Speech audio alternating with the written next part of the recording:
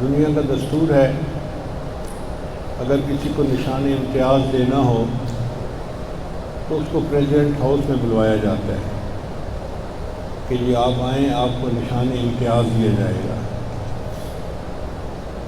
اللہ رب العزت کے ہاں بھی یہی معاملہ ہے کہ جس بندے نے رمضان اچھے طریقے سے گزارا اور اللہ سے خوب مانگا، اللہ اس کو اپنے گھر بلاتے ہیں۔ یہ گویا پریزیڈنٹ ہاؤس میں ان بندے کی پیشی ہے تاکہ وہ انعام وصول کر سکے۔ اس لیے رمضان ختم ہونے کے بعد ایام حج شروع ہو جاتے ہیں۔ اگر اللہ تعالیٰ چاہتے تو 2 شوال 3 شوال کو حج کا دن متعین فرما سکتے تھے، مگر اللہ تعالیٰ جانتے تھے کہ پوری دنیا میں پھیلے ہوئے یہ کلمہ گو لوگ سفر کر کے آئیں گے، گھروں سے کاروبار سے نکلنا ان کے لیے مشکل ہوتا ہے، پھر کوئی پیدل سفر کرے گا، کوئی سواری پہ سفر کرے گا، کوئی سمندری راستے سے آئے گا، کوئی ہوائی راستے سے آئے گا، اس میں وقت لگتا ہے۔ تو اللہ نے 2 مہینے کا درمیان میں وقفہ ڈال دیا، شوال اور ذی القعدہ۔ اب ان 2 مہینوں میں پوری دنیا سے عشاق جمع ہو کر بیت اللہ کی طرف سفر کرتے ہیں۔ یہ حج کا سفر عاشقانہ سفر ہے۔ اللہ تعالیٰ چاہتے ہیں کہ میرا بندہ میرے گھر کی طرف آئے تو میری محبت پہ ڈوب کر آئے۔ اس لیے فرمایا کہ جب تم اپنے گھر سے نکلو گے تو ذہنی طور پہ اپنے آپ کو ہر ایک سے منقطع کر لو، اور میرے گھر آنے کے لیے تمہیں دنیا کے لباس اور زیب و زینت کی کوئی ضرورت نہیں۔ 2 چادریں احرام کی ہوگی، ان میں اپنے آپ کو لپیٹ لینا، اور جیسے مردے کو کفن پہنا دیا جاتا ہے تم بھی احرام پہن کے میرے گھر کی طرف آنا۔ نہ خوشبو استعمال کر سکتے ہو، نہ بال کٹوا سکتے ہو، نہ ناخن کٹوا سکتے ہو، اس لیے کہ تم تو دیوانے ہو نا اپنے اللہ کے، اور دیوانے کو ان چیزوں کی کوئی فکر نہیں ہوتی۔ اور ہاں میرے گھر کی طرف آنا ہے تو تم نعرے مارتے ہوئے آنا۔ یا اللہ، وہ نعرے کون سے ہیں؟ میرے بندے یہ پڑھنا، لبیک اللہم لبیک لبیک لا شریک لک لبیک ان الحمد والنعمت لک والملک لا شریک لک۔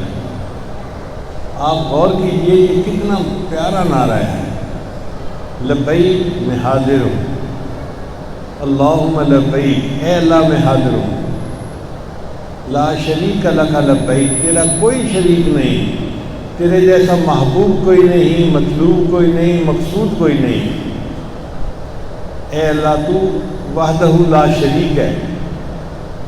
اسی لیے ان الحمد والنعمت لک والملک، سب تعریفیں اور سب ملک اور نعمت آپ ہی کے لیے ہے۔ تو یہ نعرہ لگاتا ہوا بندہ اپنے گھر سے چلتا ہے بیت اللہ کی طرف۔ جب بیت اللہ پہنچتا ہے تو احرام باندھنے کی وجہ سے وہ پہلے عمرہ کرتا ہے،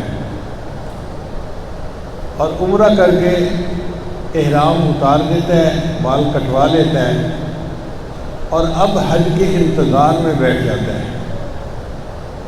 حج کی ایک قسم ہے حج تمتع، اس میں انسان پہلے عمرہ کرتا ہے، پھر احرام اتار کے کچھ دن انتظار کرتا ہے، پھر دوبارہ مکہ مکرمہ سے حج کا احرام باندھ کے حج کرتا ہے۔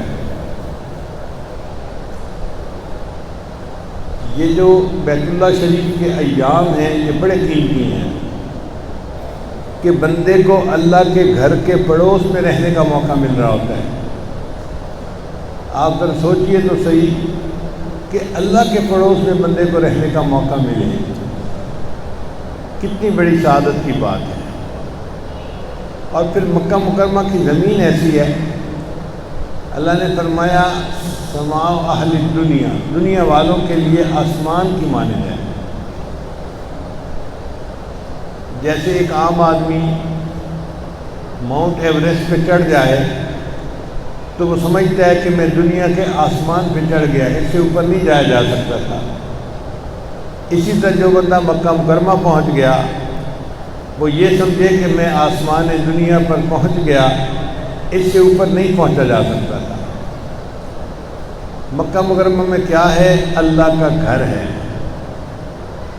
اللہ تعالیٰ نے اس کائنات کو بنانے سے پہلے اپنی ایک تجلی فرمائی، اور جس جگہ پر وہ نور پڑا اس جگہ پر ایک بلبلہ پیدا ہوا پانی پر، اور وہ بلبلہ بڑھتے بڑھتے زمین بن گیا۔ پھر اللہ تعالیٰ نے زمین سے ہم کلامی فرمائی، ائتیا طوعا او کرہا قالتا اتینا طائعین۔ زمین نے جواب دیا میں آپ کی فرما بردار ہوں، جو آپ حکم دیں گے میں اس کے لیے حاضر ہوں۔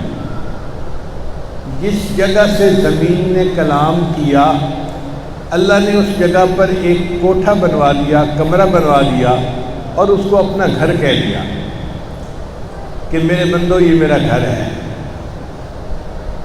اور اس میں بڑی حکمت ہے،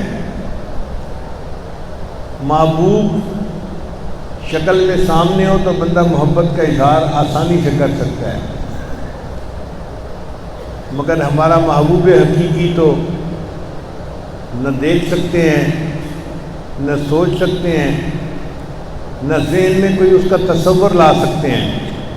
وہ ہماری سوچ اور وہم و گمان ہر چیز سے بلند و بالا ہے۔ تو یا اللہ ہم محبت کا اظہار کیسے کریں؟ اللہ تعالیٰ نے اپنے بندوں پر آسانی کر دی کہ ایک جگہ کو اپنا گھر بنا دیا اور فرمایا میرے بندو تم نے مجھ سے جو محبت کا اظہار کرنا ہے میرے گھر سے محبت کا اظہار کر کے دکھاؤ۔ چنانچہ وہ انوارات کی جگہ وہ ایسی تجلی گاہ ہے جہاں ہر وقت نور برستا ہے۔